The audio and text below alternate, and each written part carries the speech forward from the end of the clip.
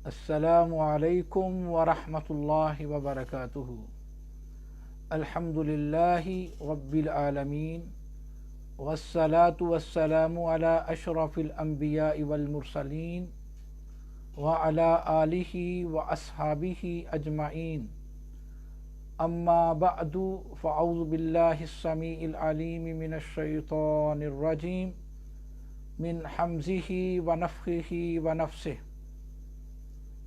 قال اللہ سبحانہ وتعالی وآتوا النساء صدقاتهن نحلہ، وقال رسول اللہ صلی اللہ علیہ وآلہ وسلم التمس ولو خاتما من حدید، اللہم صل علی محمد۔ عزیز سامعین سامعات، لائق صد احترام طلباء و طالبات، امید ہے کہ آپ سب حضرات ایمان اور صحت کی سلامتی کے ساتھ ہوں گے، اور رمضان المبارک کے اس مہینہ میں یقیناً اللہ تعالیٰ کے سامنے عبادات کی صورت میں مشغول ہوں گے۔ آج ہم نے الحمدللہ قرآن مجید کے 5ویں سپارے کی تلاوت سماعت کی ہے، اور یہ 5واں سپارہ سورہ النساء پر مشتمل ہے۔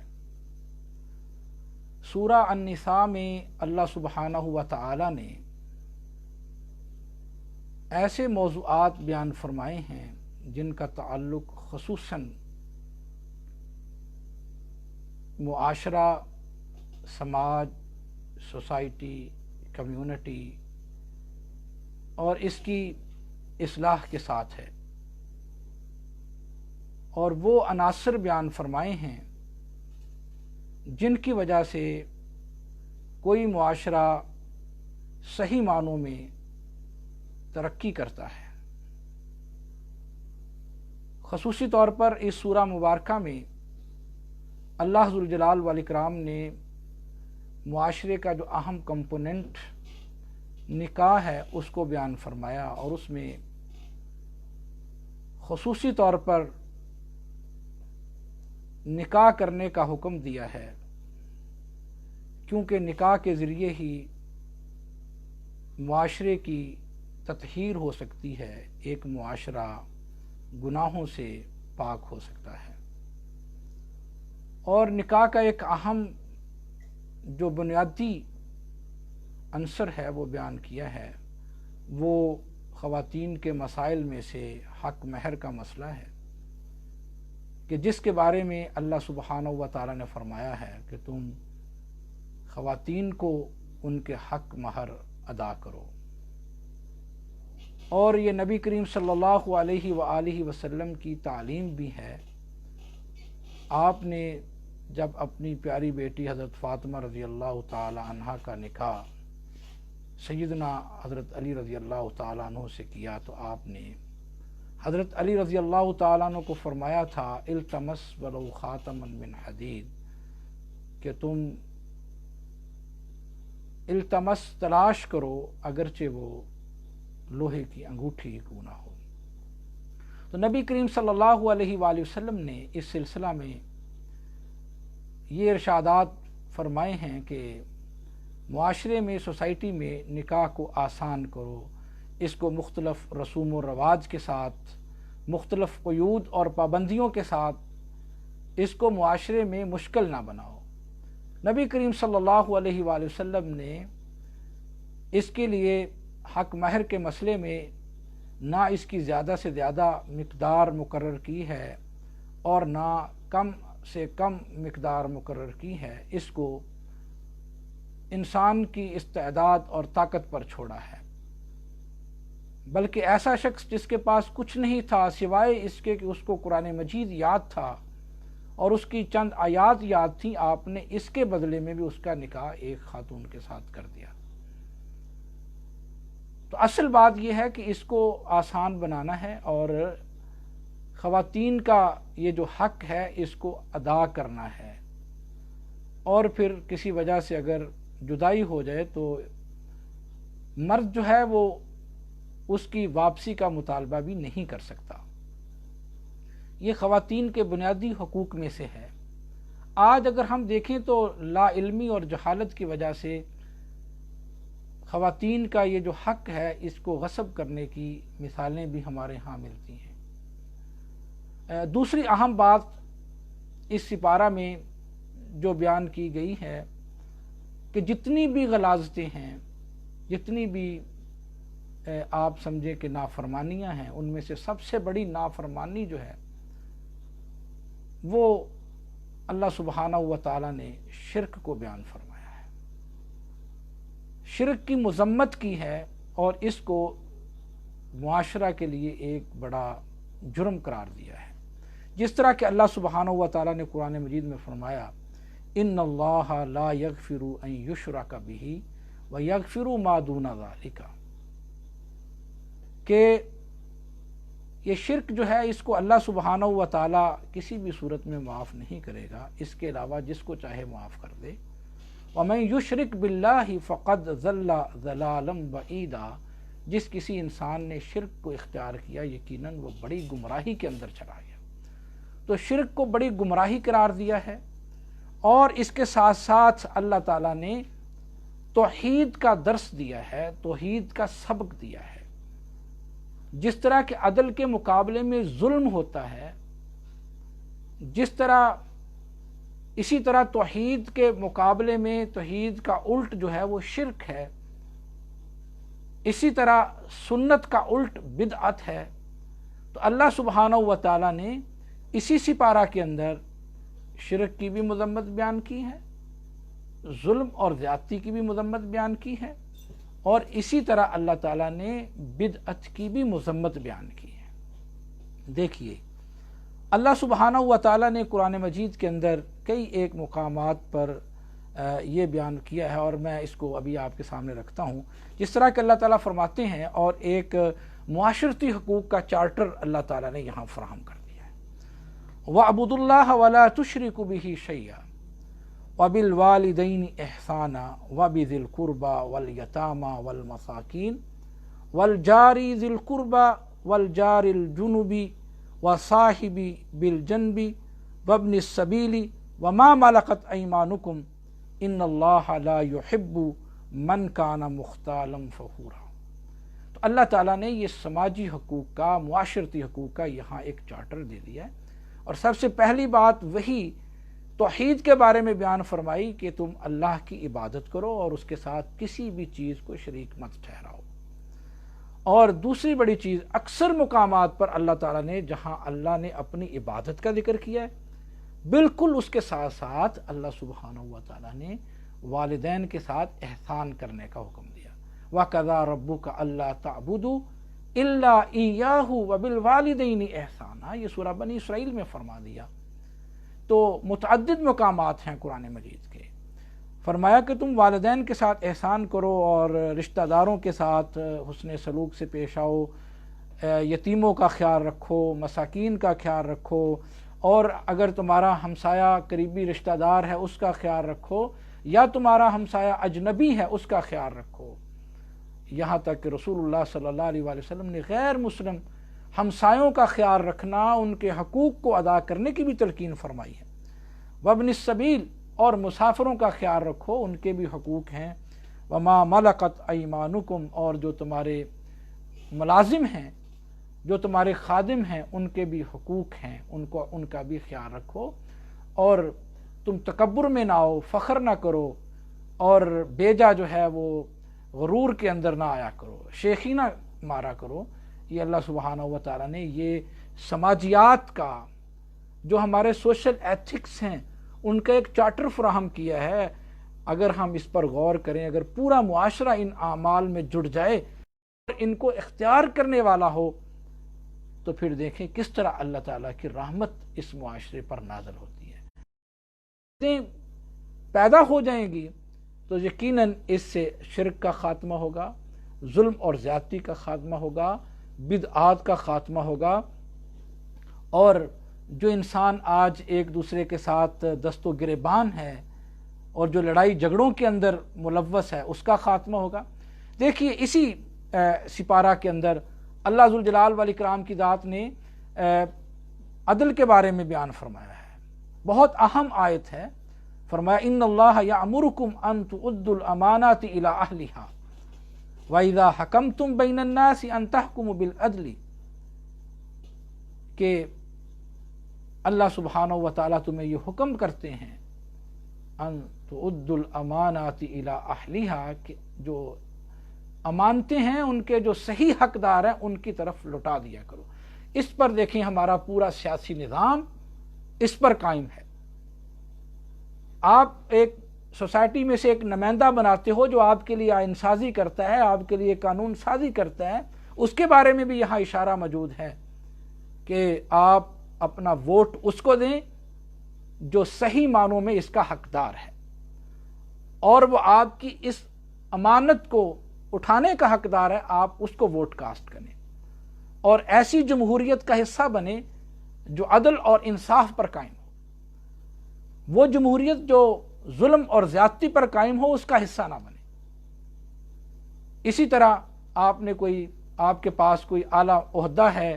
اور آپ اس پر لوگوں کو سلیکٹ کرنا چاہتے ہیں تو آپ ایسے لوگوں کو سلیکٹ کریں جو اس کے لیے حقدار ہیں، میرٹ کا خیال رکھیں، میرٹ کے مطابق آپ کام کریں۔ یہ بنیادی چیزیں ہیں جو اس آیت مبارکہ سے اخذ ہوتی ہیں، اور ان چیزوں کو ان مسائل کو یقیناً ہمیں حرز جاں بنانا ہے اور سوسائٹی کا حصہ بنانا ہے۔ اور فرمایا کہ وَإِذَا حَكَمْتُمْ بَيْنَ النَّاسِ أَن تَحْكُمُوا بِالْعَدْلِ، تو جب تمہیں چیف جسٹس قاضی القضاء کے منصب پر فائز کر دیا جائے اور تمہارے پاس کوئی فیصلہ لے کر آئے تو پھر تم عدل اور انصاف کے مطابق فیصلہ کیا کرو۔ تو یہی وہ چیزیں ہیں جو ایک معاشرے کو ترقی کی جانب گامزن کرتی ہیں۔ اسی طرح عدل و انصاف کو فروغ دینا اس صورت کا اہم مضمون ہے۔ اس طرح صلح جو ہے، صلح کے بارے میں احکامات اللہ تعالیٰ نے اس سورہ میں بیان فرمائے ہیں کہ تم اپنے معاشرے کے اندر امن اور ایمان کو پیدا کرو، اور اگر کسی بائی سے غلطی ہو جائے تو اس کو درگزر کر دیا کرو، اور اللہ تعالیٰ نے ناحق قتل کی بہت زیادہ مذمت کی ہے اور بڑی اس کی سزا بیان فرمائی، جس طرح کہ فرمایا وَمَنْ قَتَلَ مُؤْمِنًا مُتَعَمِّدًا فَجَزَاؤُهُ جَهَنَّمُ، جس کسی شخص نے کسی بھی مومن کو جان بوجھ کر قتل کر دیا فَجَزَاؤُهُ جَهَنَّمُ،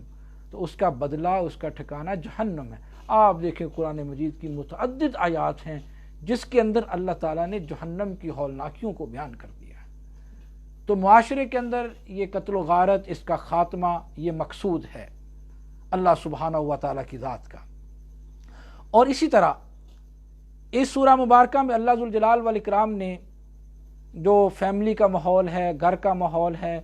اس کے بارے میں بھی کچھ SOPs ہمیں دیے ہیں۔ اس میں سے سب سے پہلی اور بنیادی چیز یہ ہے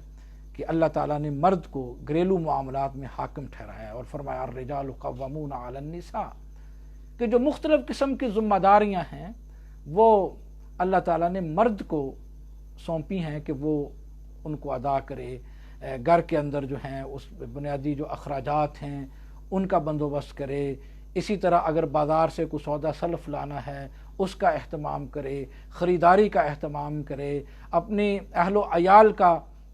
خیال رکھے۔ رسول گرامی صلی اللہ علیہ وسلم نے فرمایا ایک انسان کا بہترین صدقہ وہ ہے جو وہ اپنے اہل و عیال پر خرچ کرتا ہے، اپنے بیوی بچوں پر خرچ کرتا ہے، ان کے بہتر فیوچر کے لیے ان کو تعلیم دلواتا ہے اور تعلیم کے اوپر اس کو خرچ کرتا ہے، ان کے جو جملہ ضروریات ہیں ان کا خیال رکھتا ہے۔ اس کی بھی اللہ سبحانہ و تعالیٰ نے بیان فرمایا ہے، اور اسی کے ساتھ معاشرے کے اندر ایک استحکام آ سکتا ہے، اور معاشرہ جو ہے فلاح و بہبود کی جانب جو ہے وہ ترقی کر سکتا ہے۔